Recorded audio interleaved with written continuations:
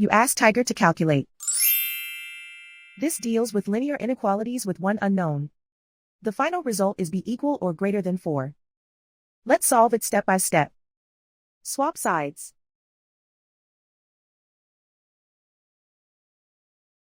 Group all constants on the right side of the inequality. Add 2 to both sides.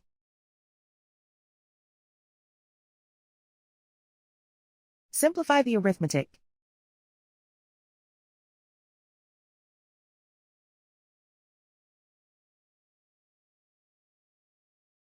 Isolate the b. Divide both sides by 4.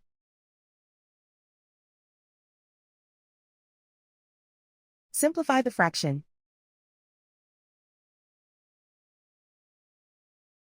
Find the greatest common factor of the numerator and denominator.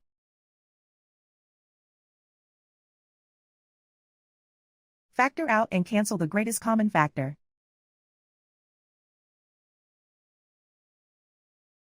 Plot the solution on a coordinate grid. And so the final result is b equal or greater than 4.